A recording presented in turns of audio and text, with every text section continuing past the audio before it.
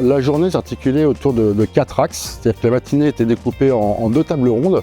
La première qui était vraiment ciblée sur les enjeux liés aux différents territoires par rapport à l'éducation et à l'environnement.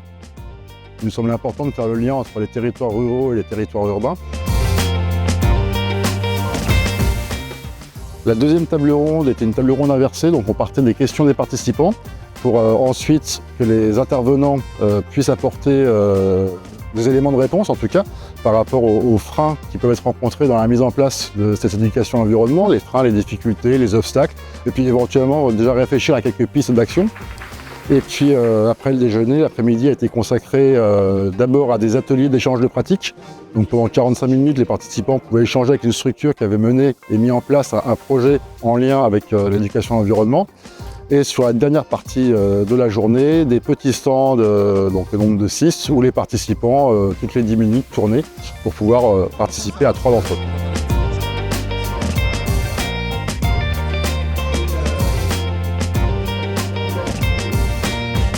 Le monde n'a jamais été aussi connecté et interconnecté.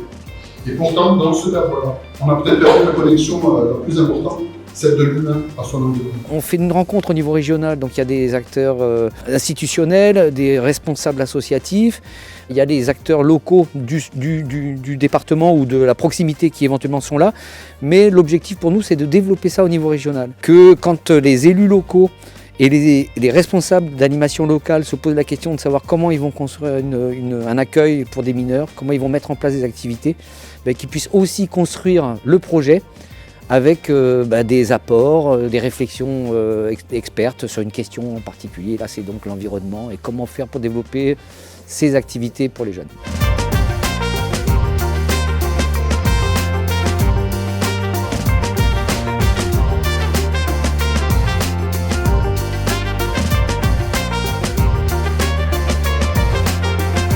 On s'est rendu compte qu'il fallait amener de la ressource, de la formation, de l'accompagnement. Et du coup, bien sûr, c'est toujours intéressant de voir qu'est-ce qui a été fait avant et de pouvoir éventuellement faire des choses ensemble ensuite. On a, je dirais, 2 intérêts majeurs. À la fois, comme le disait Mélanie, c'est partager les outils, partager, échanger sur des façons de faire.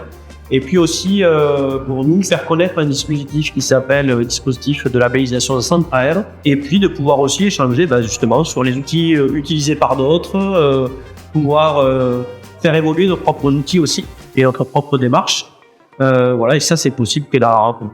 Eh bien, moi, j'en attends avant tout des rencontres, des découvertes, des débats, des échanges avec les participants. Donc, ça me permet de sortir des sentiers battus et puis de sortir aussi du bureau pour aller voir la vraie vie et voir comment s'incarne l'éducation populaire sur un thème qui est aussi essentiel pour nous tous que l'éducation à l'environnement.